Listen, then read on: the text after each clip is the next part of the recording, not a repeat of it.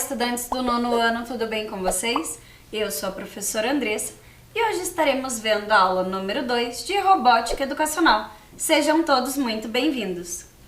E para iniciarmos a nossa aula, eu trouxe aqui os kits de robótica que utilizamos na rede pública de Curitiba. Então vamos conferir um pouquinho. Observem só! Vocês podem observar aí na imagem que nós temos a robótica com kits estruturados e a robótica com outros materiais alternativos, como eu mostrei para vocês na aula passada do Arduino, da placa programável. Aqui nós temos o nosso kit Ludobot e aqui também ele contém os componentes eletrônicos, motores e sensores, peças para montagem.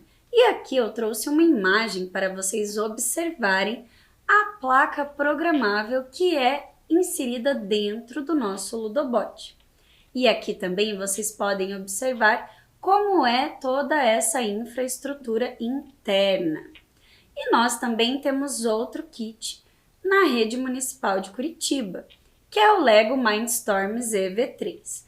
Ele é um kit mais robusto, porque ele possui mais motores, peças diferenciadas. Então, com esse kit, você pode estar participando de campeonatos de robótica e de torneio, exercendo a robótica de alta performance.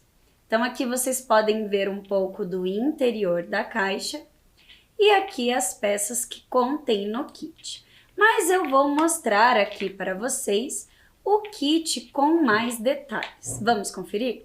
Então, vocês podem ver que ele vem nesta caixa. Vou abrir aqui para vocês.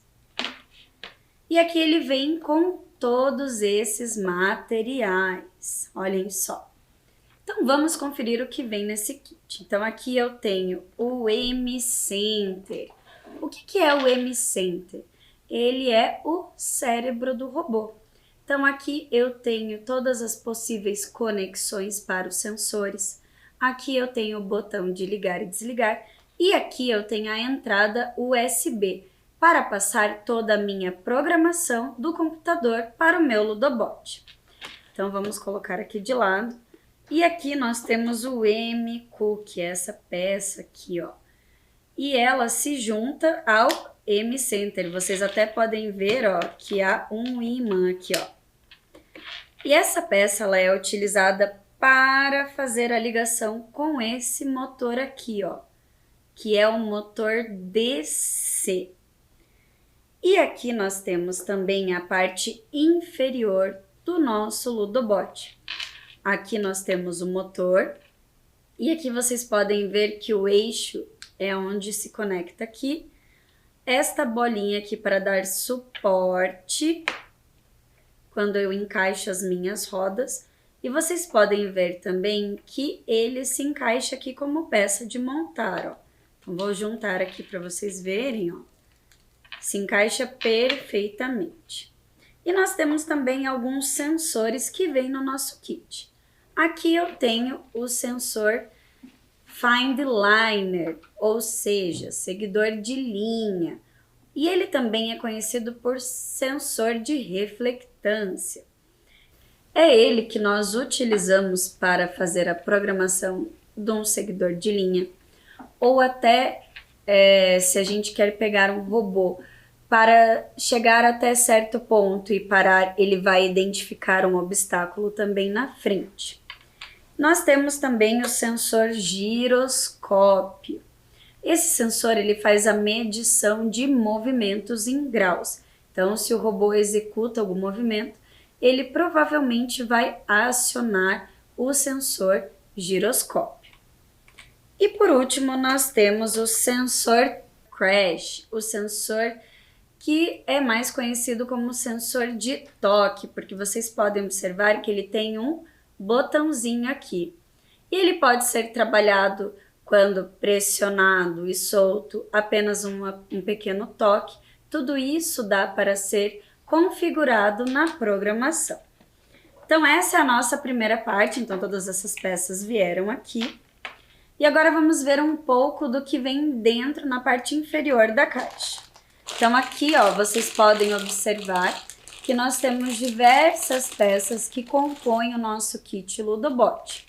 Nós temos aqui vigas, engrenagens, temos também os conectores, diversas peças que auxiliam na montagem do seu robô. Temos também os cabos que fazem a ligação entre os sensores e o M-Center, então se conecta aqui e aqui. E temos também o cabo USB para passar a programação para o nosso Ludobot. É importante se atentar na hora da programação, porque aqui do ladinho tem partes escritas que devem conter na programação e aonde você realmente deve ligar estes cabos aos sensores. Então esse foi o nosso kit Ludobot. E agora vamos conhecer o nosso kit EV3, que é utilizado na robótica de alta performance. Então aqui vocês já podem observar que nós temos todos esses compartimentos até para a organização das peças. Então eu vou retirar aqui para facilitar a visualização de vocês. Então olhem só, aqui eu vou mostrar algumas peças que vêm, tá? Então nós temos aqui a viga, temos também vigas em formatos diferentes, temos também L em L, temos também o famoso eixo, que eu falei que vai entre as rodas, entre as engrenagens, e os eixos também têm vários tamanhos, tanto no Ludobot quanto no EV3. Temos também os conectores, e os conectores também têm tamanhos diferentes, e temos aqui um conector de um lado, e do outro lado ele tem o encaixe de um eixo, que ele também auxilia nas estruturas. E temos diversas outras peças, como também as engrenagens de diferentes tamanhos. Vocês podem estar observando aí, ó, que nós temos diferentes tamanhos de engrenagem. E temos também a roda, que é bem parecida com a roda do nosso Ludobot. Aqui dentro da caixa eu tenho também os pneus e tenho também essa base para o pneu para fazer uma montagem, uma estrutura mais robusta. Então essas foram as peças, algumas peças aqui, ó, também tem os conectores de 4 lados que eu mostrei para vocês. Mas agora vamos ver as outras partes que vêm no kit, como os sensores, motores. Vamos conferir aqui, ó. Então aqui de primeiro, ó, eu já vou mostrar para vocês que nós temos o motor grande. Esse motor ele é mais utilizado quando o robô precisa exercer uma força maior. Então aqui nós temos também o motor médio, ó, em comparação com o motor grande, vejam a diferença. Ele também é utilizado para movimentação. E aqui, ó, nós temos o nosso cérebro, o nosso M-Center do EV3. Então, como que funciona? Aqui nós temos o display, onde vai aparecer todas as programações, ou você também pode programar para aparecer um tempo de resultado de algum cálculo, ou até uma carinha feliz, ou até uma escrita. Normalmente nós ligamos aqui, ó, no botão do meio e aqui para voltar a outra interface. Aqui vocês podem observar as portas de entradas com números e aqui as portas de entradas com letras. Isso é bem importante se atentar também na hora da programação, porque você vai ter que ligar na porta certa que você colocou na sua programação no sensor. E aqui nós também temos a entradinha do USB para transmitir essa programação para o nosso EV3. O EV3 ele pode ser carregado através da sua bateria, que você pode estar carregando ele na tomada, ou você pode também estar fazendo uso de pilhas. Então tem essas duas possibilidades que nós podemos utilizar com o nosso EV3.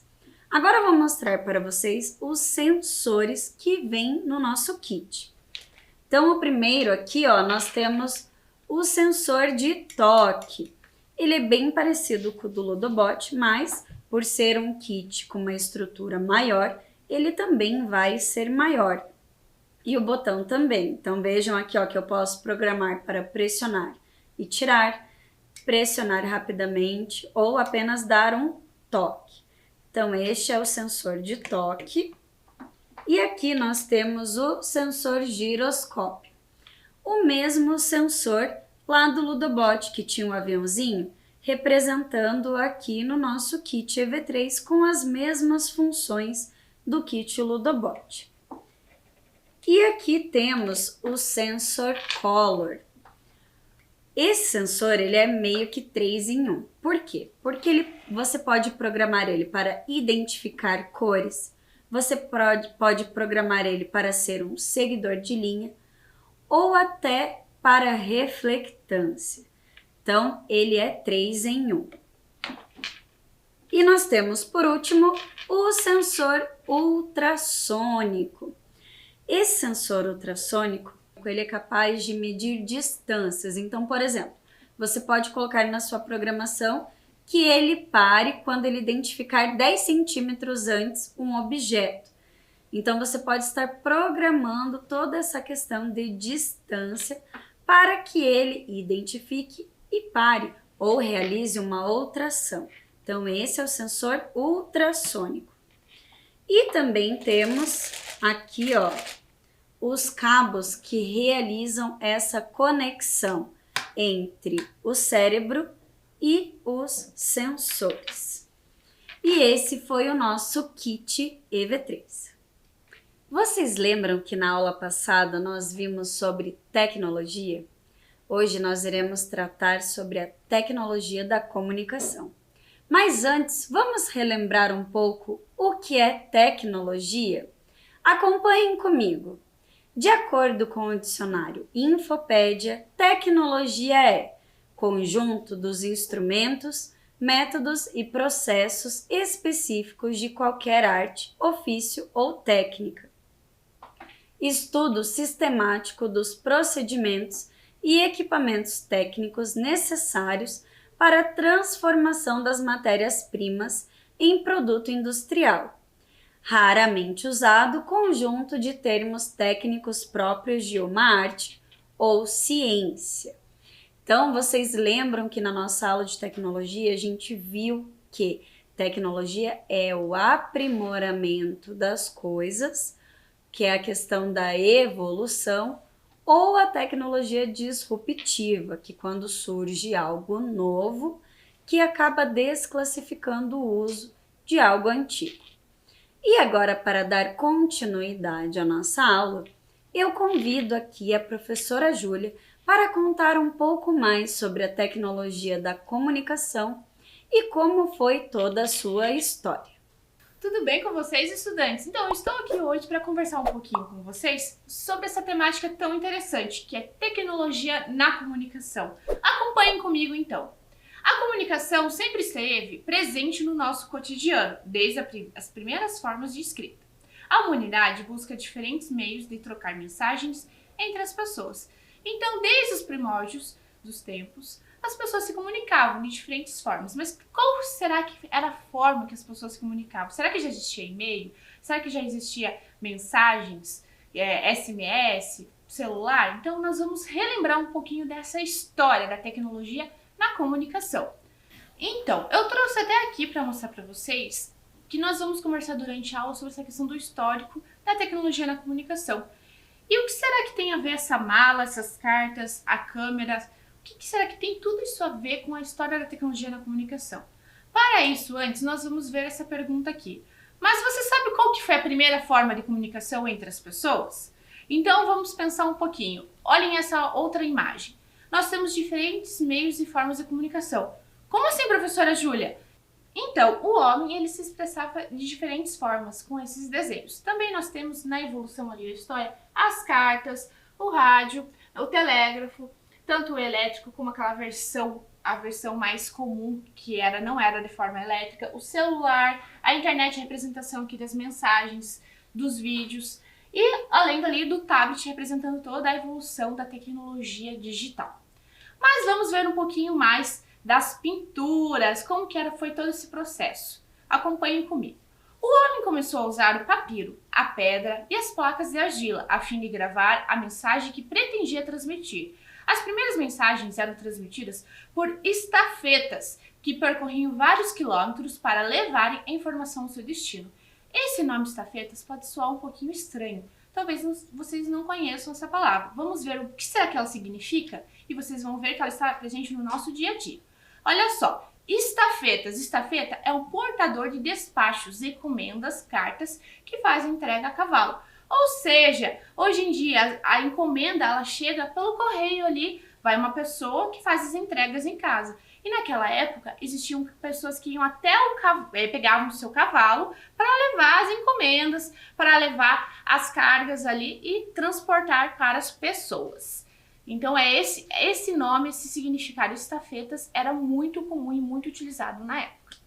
Existiam também os pombos-correio, que desde a época dos faraós eram treinados para levar pequenas mensagens. Talvez você já tenha visto em algum filme que antigamente as pessoas tinham o costume de colocar na patinha do pombo mensagens, que esse pombo ele era adestrado para levar até o outro destino essas mensagens. Agora nós vamos ver que um outro meio de comunicação muito utilizado e até hoje que é utilizado são as cartas, isso mesmo. Vejam lá, desde as primeiras civilizações, os homens estudavam meios de facilitar as trocas de informação entre eles, em especial as secretas e políticas, que escondiam dados importantes, tanto coletivamente quanto individualmente. Então vejam só que legal, eu trouxe aqui para vocês algumas cartas, alguns exemplos até de cartões postais. E esses cartões postais, eles são de outros países. Por exemplo, esse aqui, olha, é do Japão, que uma pessoa recebeu. Esse aqui é da Suíça e nós temos também uma carta que veio lá da Nova Zelândia, bem interessante, né? Então percebam que a carta ela está presente até nos dias de hoje. Muitas pessoas ainda têm o costume de enviar cartas. E agora nós vamos ver que, olha só, no ano de 1500, há registros da primeira carta no Brasil. Pero Vaz de Caminha a enviou ao rei de Portugal. Então olha só que legal. A evolução desde 1500 até hoje, as pessoas utilizam esse meio de comunicação, que é a carta. Lógico que com a evolução da tecnologia, nós vamos ver que o e-mail veio para revolucionar essas trocas de mensagens que muitas vezes eram lentas, porque levava meses, semanas para chegar até o seu destino, dependendo da localidade. Vamos ver o nosso próximo meio de comunicação, a tecnologia dentro desse meio. E será que a robótica também está? Vamos ver. O maior problema é que as trocas de mensagens eram muito lentas. Na década de 1830, uma importante invenção revolucionou tudo. O telégrafo elétrico, isso mesmo. Vejam que o telégrafo elétrico, ele teve toda a sua criação, sua invenção, para facilitar não só a comunicação entre as pessoas, mas especificamente no militarismo. Por quê? Porque nas trocas de mensagens na indústria naval, como na indústria aeronáutica, precisava passar códigos, informações que por muitas vezes eram secretas. E a mensagem, ela para ser transmitida de uma forma mais rápida, ela era transmitida por códigos sonoros. Vejam ali, nós temos o alfabeto e os números. Então, olha só que interessante, nessa imagem vocês podem perceber o alfabeto e os números. E que cada letra, cada número representa um número de bips que a pessoa tocava ali pressionava no telégrafo para estar representando esses códigos. Então vamos ver ali, ó. O código Morse é um método de comunicação que representa letras, números e pontuação através de uma sequência de pontos e traços, criando uma mensagem codificada que é enviada de modo intermitente. Esse sistema permite a transmissão de mensagens à distância, por fio ou via rádio, através de sons de curta e longa duração. E olha só que interessante, além de tudo isso, a comunicação através do código Morse pode ser feita de diversas formas. A transmissão de mensagens codificadas podem ser realizadas por pulsos elétricos, redes telegráficas, ondas mecânicas através do som, ondas eletromagnéticas, sinais de rádios com pulsos ou tons curtos e longos, ou ainda por sinais visuais, utilizando ferramentas como as lâmpadas. Então vejam só a evolução da tecnologia. Desde essa época, a comunicação ela foi se transformando. E agora eu vou convidar a professora Andressa para mostrar essa representação do código Morse com o Ludobot. Então, professora Andressa, tudo bem, professora Andressa? Tudo bom, professora Júlia? Então, vou ótimo. mostrar aqui, ó, a montagem que a gente realizou para fazer a representação do código Morse. Então, vou ligar aqui o meu Ludobot. Como eu já havia explicado para vocês, esse é o sensor crash, o sensor de toque. E ao pressionar, ele vai emitir o som. Então, professora Júlia, se eu quiser fazer pequenos bips, eu vou tocar rapidamente. Se eu quiser prolongar, igual lá a professora Júlia mostrou no alfabeto do código Morse, eu vou pressionar o botão. Então, vamos observar, ó. Se eu quiser fazer um bip rápido, vou tocar rapidamente, ó. Mas e se eu quiser fazer um traço? Vou pressionar, olhem só. Então, toques rápidos e pressionando. Então, professora Júlia, eu vou representar aqui a letra A, que é a minha inicial, e a letra J. Então, a letra A, ela é um ponto e um traço. Então, um ponto e um traço. E agora a letra J, ele é um ponto e 3 traços. Então, Que legal, né, professora Andressa? Então é bem diferente cada letra, cada número representa ali Isso uma mesmo. sequência de códigos. E, inclusive, as pessoas tinham que prestar muita atenção nessa época para não perder as mensagens, né? Pense quantos bips elas tinham que ouvir e fazer essa decodificação. Bem interessante mesmo. Obrigada, professora Andressa. A professora Andressa já vai retornar aqui daqui a pouquinho para nossa aula. Enquanto isso, nós vamos continuar e nós vamos ver agora um outro meio de comunicação, que é o jornal. Acompanhe comigo na tela. A imprensa, como é conhecida hoje, é o resultado de um processo milenar decorrente da evolução da escrita e pelas formas rústicas de se reproduzir informações. Apesar da revolução do tempo e espaço causada pela internet, a globalização e de um contexto onde a notícia é captada e transmitida ao vivo, os novos meios de transmissão de imagens estão em constante aprimoramento. Então, o jornal, ele sempre esteve na vida das pessoas. Por mais que hoje em dia as pessoas acessem no formato online, antigamente as pessoas tinham o costume de ir até a banca e comprar o seu jornal ali do dia.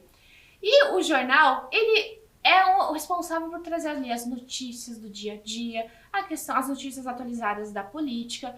E os classificados, as pessoas tinham o costume de olhar sempre ali o jornal, que era onde as pessoas faziam as vendas, as trocas de imóveis, ou até de objetos materiais que elas tinham em casa. E o interessante é que ele passou por várias atualizações. Hoje em dia, muitos jornais só existem no formato online, se adequando à nova realidade virtual das pessoas, do acesso virtual. Então vamos acompanhar ali na tela. O jornal foi o primeiro recurso para uma função social, que evoluiu ainda mais posteriormente através do surgimento do rádio, da televisão e da internet. E olhem só que interessante. Vocês devem estar se perguntando o que será, por que tem uma câmera, várias câmeras na verdade, aqui na nossa aula. Pois é, existe uma relação muito grande entre a profissão do fotógrafo dentro dos jornais. Isso mesmo. O fotógrafo ele é essencial porque a imagem, quando ela é impactante, chama a atenção, faz com que as pessoas se interessem pela leitura ali e a leitura fique mais leve, não é mesmo? Então, quantas vezes nós não paramos para olhar uma notícia por conta da imagem? E por isso eu trouxe aqui para vocês, porque a câmera sim é um meio de comunicação que faz parte dessa transformação social. Agora nós vamos ver um outro meio de comunicação muito importante e que evoluiu no decorrer dos anos, o rádio. A história do rádio começou com Michael Faraday, que em 1831 descobriu a indução magnética, mas o princípio da propagação radiofônica veio mesmo em 1887, através de Heinrich Rudolf Hertz. Com duas bolas de cobre separadas, ele conseguiu criar faíscas que atravessaram o ar, originando o princípio utilizado por meio de comunicação. E olha só que interessante. A primeira companhia de rádio foi fundada em Londres pelo cientista italiano Guglielmo Marconi em 1896, com a emissão e recepção de sinais sem fio. No ano seguinte, Oliver Lodge inventou o circuito elétrico sintonizado, que possibilitou a mudança de sintonia selecionando a frequência desejada. Olha só que interessante a evolução do rádio. No Brasil, a primeira transmissão radiofônica foi em 1922, com o presidente Epitácio Pessoa, na Praia Vermelha, Rio de Janeiro. em comemoração ao centenário da independência do Brasil. Para essa ocasião, foram importados 80 receptores de rádio. Vocês viram então que o rádio ele passou por várias transformações. Antigamente as pessoas tinham o costume de escutar as suas radionovelas, as notícias e outras informações também, por exemplo, até as transmissões do seu jogo de futebol favorito. Mas com o passar do tempo, isso foi se transformando e hoje em dia, por exemplo, é muito comum as pessoas ouvirem podcasts, que nada mais é que são programas curtos que muitas vezes eram transmitidos no rádio. E hoje em dia as pessoas têm essa facilidade para ouvir a hora que quiserem, não precisa esperar o programa passar naquela determinada hora, porque fica gravado. Então a evolução do rádio se transformando e indo para o meio digital também. Olha só que interessante, então eu trouxe para vocês aqui uma réplica, um exemplar de um Walkman. E esse Walkman, olha só, era possível colocar aqui a sua fita cassete para escutar suas melhores músicas, então o seu cantor favorito. Também era possível aqui sintonizar a sua rádio e estar avançando, trocando aqui de música, no caso do fita cassete, e sintonizar, no caso aqui, a estação da rádio, que era dividido por números, isso mesmo. Agora nós vamos ver o telefone, a evolução do telefone. E eu vou convidar a professora Andressa, que ela vai nos contar um pouquinho da história dessa evolução. Vamos ver? O telefone representou a evolução do telégrafo. Esse instrumento ligado por fios emite mensagens de voz a longas distâncias, em tempo real, enquanto os telégrafos só enviavam desenhos ou mensagens de texto. Diferente do telégrafo, o telefone se expandiu, sendo muito utilizado atualmente. Telefone público, analógico, digital, sem fio e celulares. Então aqui agora nós vamos ver um pouco sobre a história e evolução do telefone. Acompanhem comigo. Em 1876, o professor Alexander Graham Bell inventou o primeiro aparelho telefônico. Era um modelo básico que consistia em falar ou ouvir a pessoa falando. Ele possuía uma caixa de madeira que funcionava como bateria. Então, se eu estivesse utilizando esse telefone, eu teria que falar, a pessoa teria que me ouvir e depois falar, não conseguiria falar ao mesmo tempo. Já no século XX, em 1904, houve um modelo novo que funcionava com o uso de uma manivela, onde o sinal era enviado para uma telefonista que completava a ligação. Então, a pessoa ligava da sua residência e ia para uma central de telefonistas para depois ser completada a ligação. Após isso, em 1950, foi criado o telefone através da discagem, onde girava-se um anel para discar o número desejado. No ano de 1965, foi criado o modelo flip de telefone, uma aprimoração do modelo anterior. Já em 1970, surgiu os telefones fixos, com botões para realizar as ligações. Em 1980, foi criado o telefone sem fio, permitindo que as pessoas pudessem andar dentro de casa enquanto falavam no telefone, em um determinado raio de distância da base. Então, as pessoas não podiam se distanciar muito da base do telefone, pois perdia essa conexão. E em 1990 surgiu o primeiro celular no Brasil. Era um modelo grande com um visor para ver os números digitados. Normalmente esse celular ele era conhecido e chamado de tijolão, porque ele era um celular realmente muito grande e muito robusto. Na década dos anos 2000 surgiram os celulares com visor colorido e designs diferenciados, como também tinha uma novidade, a câmera digital. Então a gente já foi vendo o quanto foi evoluindo. Já em 2005, foram criados os primeiros modelos de celular com a capacidade de armazenar arquivos de música, MP3. Então, como que funcionava esse celular? Você baixava as músicas no seu computador e passava pelo cabo para o celular. E aí você conseguia ouvir no celular. Não era igual hoje em dia que nós temos acesso a aplicativos de música e essa facilidade para ouvir músicas. No ano de 2007, foi lançado o primeiro celular touchscreen, com um sistema que permitia rodar aplicativos.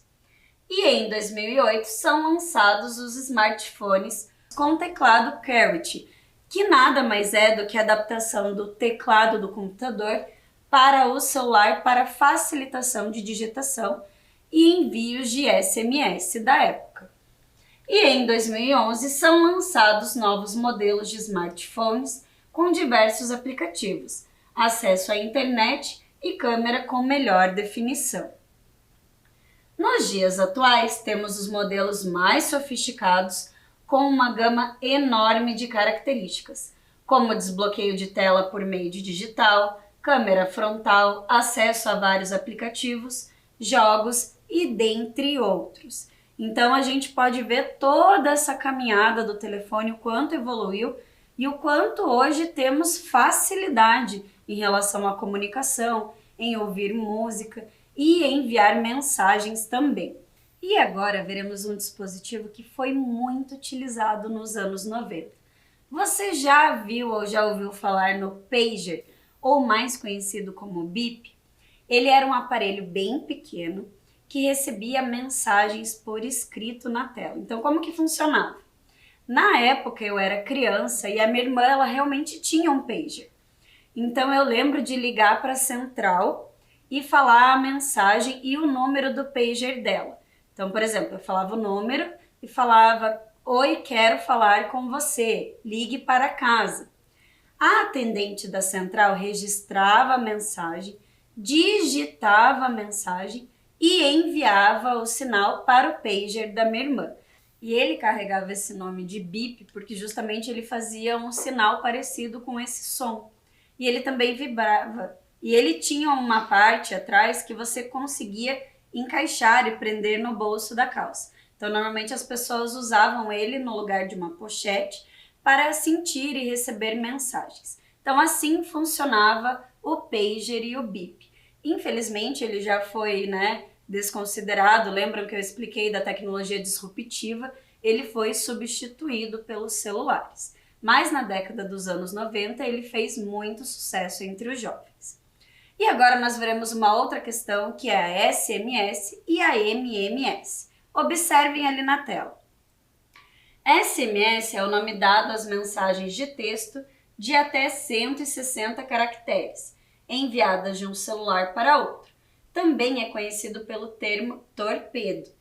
E MMS é uma espécie de evolução do SMS, com a possibilidade de não só escrever muito mais que 160 caracteres, como embutir imagem e até som na mensagem. Todos os smartphones suportam esse tipo de mensagem. Então, quando a professora era adolescente, ela utilizava esse meio aqui, de SMS. Na época, não tinha outros meios de comunicação e mensagem instantânea. Então, assim, tinha só essa possibilidade de caracteres para enviar as mensagens. E falando tanto em mensagens instantâneas, SMS, vamos ver alguns programas que auxiliaram na comunicação. Então, ali em 1996, nós tivemos o famoso ICQ, que era baixado no computador e havia essas trocas de mensagem entre as pessoas. Já em 1999 veio o MSN, que também era um programa instalado no computador para realizar trocas e conversas online. Após, em 2003, nós tivemos o Skype, que eram conversas por vídeo. Já em 2004, nós tivemos a rede social Orkut, que foi muito utilizada aqui no Brasil, e as pessoas trocavam comentários, depoimentos. Já em 2004, nos Estados Unidos, foi lançado o Facebook. O Facebook fez mais sucesso aqui no Brasil a partir de 2007. Já em 2006, o Twitter. Em 2009, o WhatsApp, que vocês já conhecem. E em 2010, o Instagram, que vocês também já conhecem. E agora nós veremos sobre a tecnologia e a comunicação na rede municipal de ensino de Curitiba. Então, nós temos dois projetos muito bacanas, que é o Jornal Extra Extra e a Rádio Escola. Vamos ver um pouquinho sobre eles. O jornal eletrônico. O projeto iniciou em 2001, completando 20 anos de ações envolvendo o uso de tecnologias e mídias digitais. Os estudantes podem criar jornais digitais, simulando uma redação de jornal, desde a produção dos textos, produção de imagens, fotos, vídeos e desenhos, até editar e publicar na web, utilizando a página do jornal www.extraextra.curitiba.pr.gov.br. E aqui na imagem vocês podem estar observando a interface desse site do jornal Extra Extra. E na sequência nós temos aqui algumas fotos do encontro de jornalistas mirins, entrevistas, vejam que bacana. E agora convido a professora Júlia para conduzir um momento muito especial com uma convidada muito importante. Então, estou aqui com a Maria da Comunicação. Tudo bem, Maria? Tudo bem, Júlia? E você, Tudo professora? ótimo. Então, a Maria vai nos explicar como que funciona todas as publicações, como que elas vão parar lá no site e nas redes sociais. Ela é a pessoa responsável por colocar todas as notícias no portal. Então, você pode explicar um pouquinho, Maria, como que funciona todo esse processo? Vamos lá então, pessoal. O que é uma notícia? É um texto, um relato sobre algo novo ou algo de interesse geral. No nosso caso aqui na educação, para onde vão as nossas notícias? Para o site da Secretaria Municipal da Educação. Ali entra tudo que a rede está produzindo, programas, linhas do conhecimento, as videoaulas, tudo que é de interesse de vocês. Não só no macro, que a gente chama que é a rede toda, como sim o que vocês fazem dentro da sala de aula. Cada atividade de vocês pode e deve vir para aqui, porque as unidades têm sim um espaço para vocês mostrarem o que vocês fazem aqui, tá bom, pessoal? Quem gosta da área de comunicação também já pode dar uma palhinha e começar com o Extra Extra ou com a Rádio Escola também. Isso mesmo, conforme a professora Andressa comentou, que esse é um projeto muito interessante que acontece nas escolas, não é, Maria?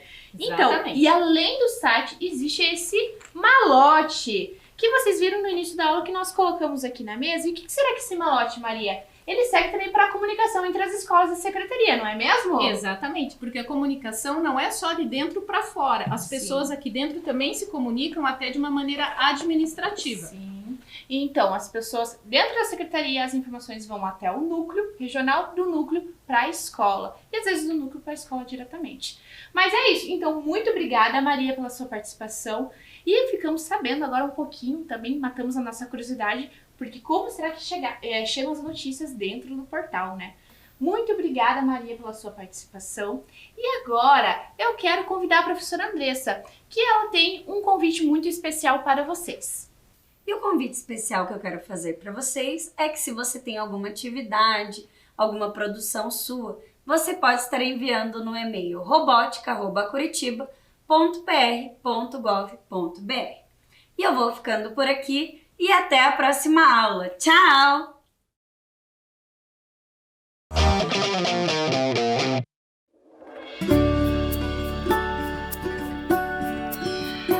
Oi, tudo bem com você? Comigo tá tudo ótimo. Eu sou a Amanda e eu vim aqui te dizer que estou muito feliz em saber que a gente vai se ver de novo.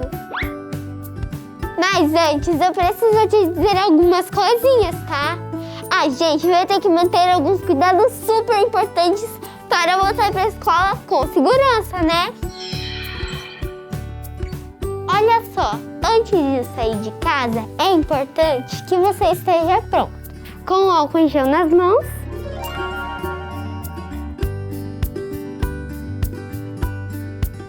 e a máscara certinha no rosto. Passa o álcool em gel de novo. Use máscara sempre, inclusive no busão. Sabemos que a saudade é enorme, mas ainda não dá pra gente se abraçar. E nada de beijos e apertos de mão também. A distância é a melhor forma de mostrar que você tá sempre junto. E ficar 1,5 metro dos seus amigos, tá? Você pode compartilhar amor e muita alegria. Só não pode compartilhar materiais e outros objetos. E não tira essa máscara de jeito nenhum. Nunca. beleza? Nem mesmo para conversar.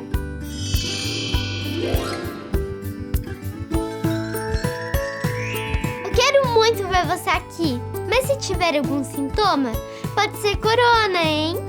Conta para os seus pais ou responsáveis, para você ficar em casa e eles ligarem para a prefeitura para receber orientação. Não esquece que é importante avisar a escola, tá?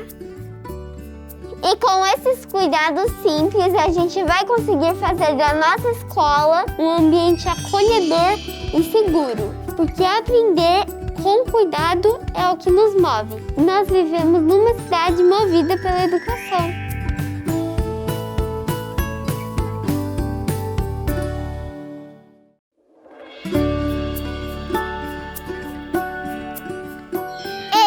Olha eu de novo. Deixa eu te perguntar uma coisa. Já tá pronto para voltar para a escola? E o material? Já separou? Caderno, lápis e caneta. E a máscara? Aham, máscara. Agora ela também é uma parte obrigatória do material escolar. E tem que estar sempre com você. Você vem com ela, assiste a aula com ela, vai no banheiro com ela, vai pro recreio com ela. Só tem uma hora que você pode tirar, na hora de comer ou tomar água. Mas é assim, ó. Primeiro você passa o álcool em gel na mão.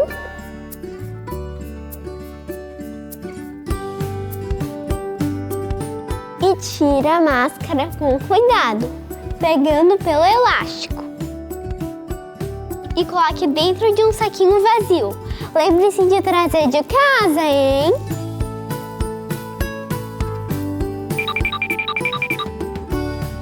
Passe o álcool em gel mais uma vez. E daí aproveite o seu lanche.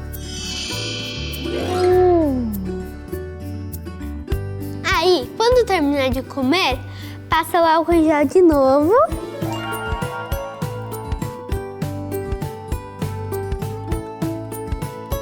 E passa direitinho. E coloca a máscara no rosto. Então já sabe, né? Máscara sempre. Ela protege você, seu colega e a sua família. Tô te esperando aqui, hein? Vem logo, mas vem de máscara. Tchau, tchau.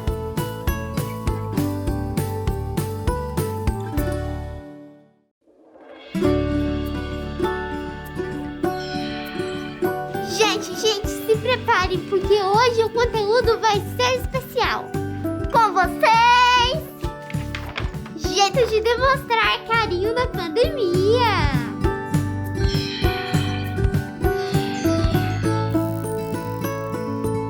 Jeito número 1, o pezinho. Não é lá muito afetivo, mas já é um clássico. Jeito número 2, o autoabraço à distância. O segredo é abraçar você mesmo como se estivesse abraçando o outro. E imaginar que você está recebendo um abraço do outro no seu próximo abraço. Deu para entender? Jeito número 3, a dancinha sincronizada. Esse é só para quem gosta de uma diversão. Vocês combinam uma dancinha e bora se divertir com seus amigos.